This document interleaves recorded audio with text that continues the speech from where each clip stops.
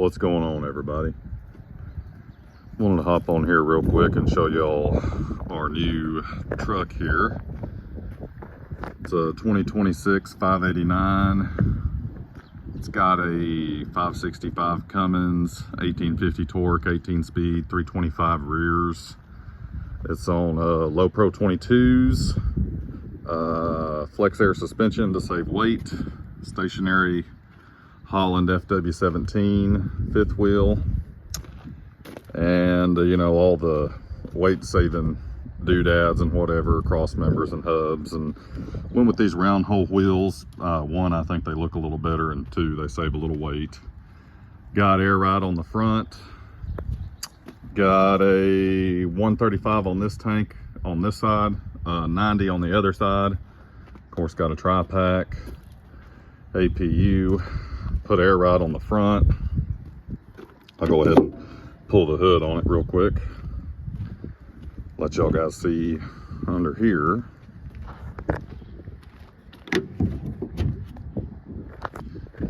Bear with me 1 minute.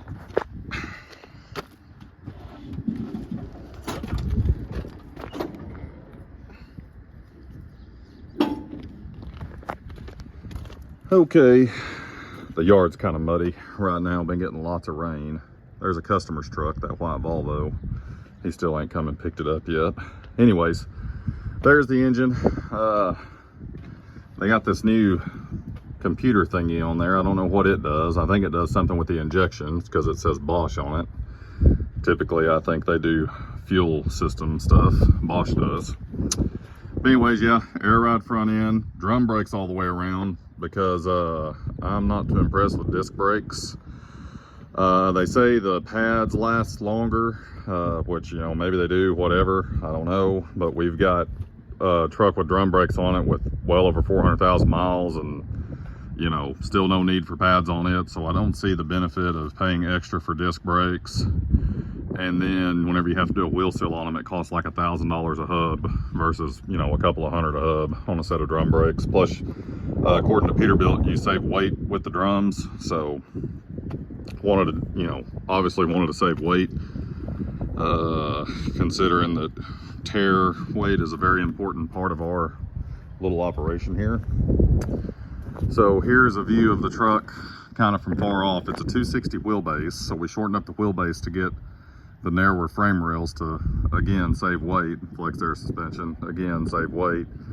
But we were able to get pretty decent fuel tank symmetry, and, you know, we used the little bit smaller sleeper. Peterbilt calls it a 72-inch sleeper now, but what used to be called the 63. Again, you know, for weight savings. It's got 3 batteries instead of 4, also to save weight. And right here's the inside. I'm banging my head on the door. 18 speed, single bunk. The ice box, one thing I don't like about these 589s, besides that they're uglier than homemade soap, but they put the ice box, this black door right here is the ice box.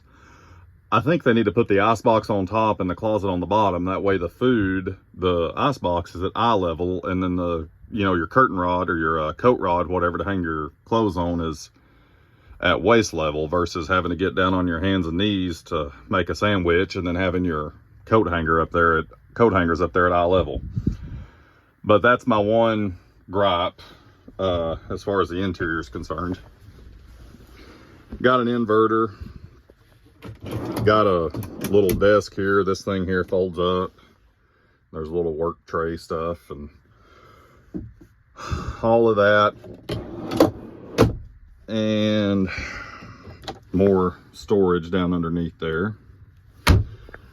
Cup holders in the back, which that driver really liked that. One of his biggest complaints about a 389 was he thought it was kind of silly that there were cup holders up under the pillows or at the foot of the bed, depending on which way you sleep.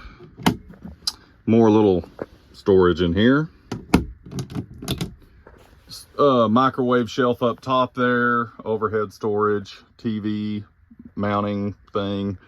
Went ahead and got the premium mattress, Sears ultra leather seats, because those are, in my opinion, the best seats that they offer from the factory.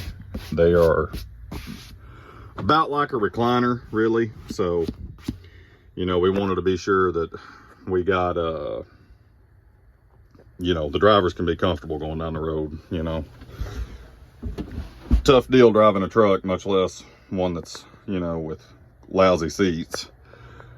This truck here's got 156 miles, or no, 163 miles on the ticker. Well, come on, focus, there it is, 163. And yeah, so that's pretty much it on this truck. This is our second 589 we got. And the other one's running. It's Viper Red. This one is either, I want to say gunmetal or charcoal. I can't remember the color we picked out on this one. It was actually a funny story there. Whenever we went up there to order the truck, the driver wanted to go with me. And he seen two trucks on the lot. One of them was this color. And then another one was that Battleship gray or whatever, North Sea gray. And I threw a fit and like, oh, I don't like those colors, we gotta get a different color. And so I talked him into agreeing to get a turquoise truck. And then the next day I called up there and changed it to one of the colors that he wanted. So that was a surprise. But where I went wrong was I forgot to include the salesman on the trick. And then whenever we were walking around here looking for Bub's truck, Bub was kind of lost in the sauce looking around for a turquoise truck, completely overlooking this one. And so whenever he came up to this one, he goes, well, I thought I was getting a turquoise one. And I said, well, I thought you were too. And I forgot to include the salesman on the prank. And the poor salesman about had a heart attack because we'd talked about ordering a turquoise truck, but changed it this color. He thought he got the wrong color truck. But anyways, so another thing we did was we went ahead and, since these trucks are, in my opinion, just, oh, they're pretty bad. They're ugly. I went ahead and had a pinstriper come and do the numbers and pinstripes and, you know, do these stripes around the fenders and everything. And I think he did a bang up job, man. This stuff looks freaking awesome. So I'm really impressed with how everything turned out on the stripes and everything. And we went ahead and put Bub's name on the door there. So he ought to be clocking over 1 million miles in this truck. Once in a, you know, about another year or so, he'll be at 1 million miles with us. So anywho, this ought to be the truck, should be the truck he'll be in when he hits 1 million. So anywho, pretty much this is the second one that we got. I spec'd it out. I was searching high and low for a salesman to get me a 589 with a sub 18,000 pound tag weight. A lot of them said it couldn't be done, but through my own research and Googling and everything, I thought that it could be done. I finally got a salesman to listen to me, and he had a few ideas of his own. And I'll just show you guys what we got the stamp weight down to on this truck, 17,531. So I feel that that's pretty respectable, considering we've got the, you know, the big hood, 15-liter engine, 18-speed transmission, all that kind of stuff. So we were able to get a pretty decently spec truck for the weight, you know, and we got it down pretty light too, without having to give up just a whole lot. You know, of course we had to sacrifice some wheelbase and all that kind of stuff, but all in all, I think it came out all right, to be honest with you.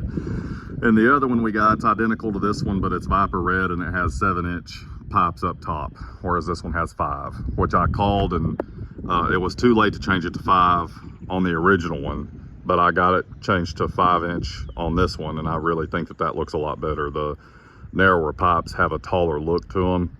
The only thing is I wish that on the 589 they had left the 5-inch exhaust underneath like the 389s had, so it would look more uniform. But you know, going down the road, when you meet it on the road, you're really not going to be paying attention to the underneath pipe. You're going to be, you know, your eyes will be more up here.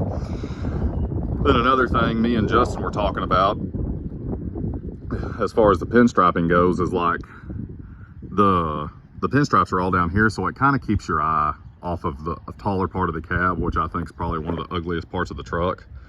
So that really helps out. I think, you know, I really think the pinstripes did a lot to help this truck look better. So, Anywho, there it is. That's our new 589, truck 119.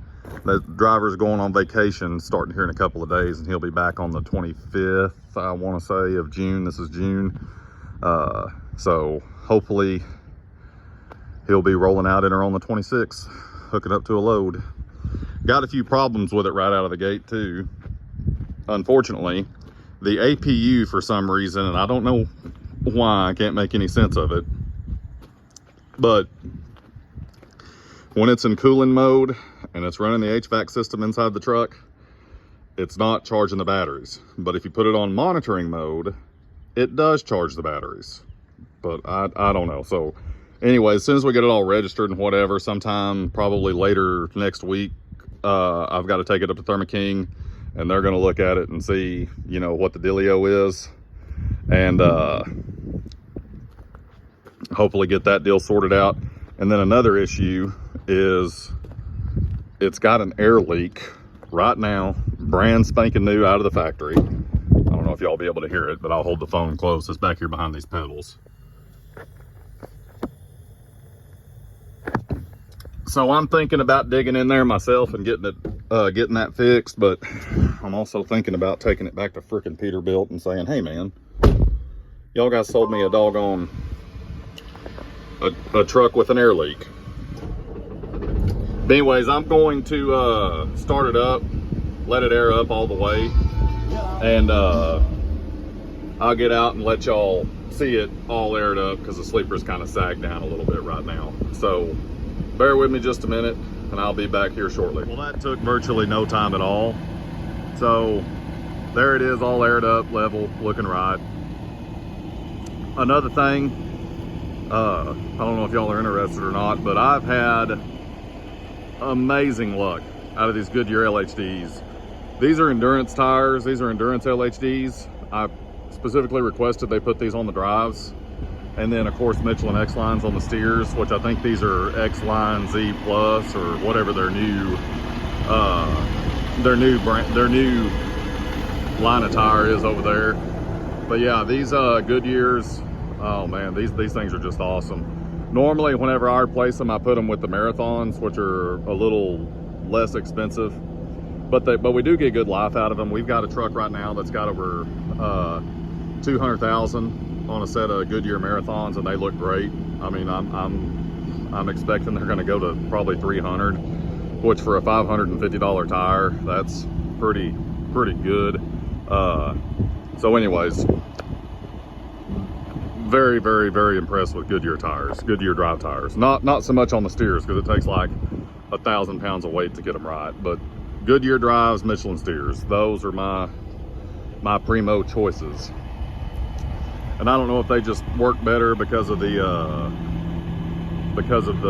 tanker slosh, if they just stand up to the wear better, but they wear just phenomenally. We put Peterbilt 80-inch half fenders on here, and then we got these I-29 bracket mounts, and you know, so it's all blind mount. They don't send bolts with them for some reason, so we just use regular old 3/8 stainless bolts, but in order to get them kind of looking halfway right, we just clock them all the same direction. And it kind of, I mean, it ain't as good as if we had an Allen head bolt, but it cleans it up a fair amount, I feel like. And then right down there is the bottom of the fender. So anywho, that's basically the ins and outs of our new 589. We got to get the aluminum turn-ins out of this toolbox.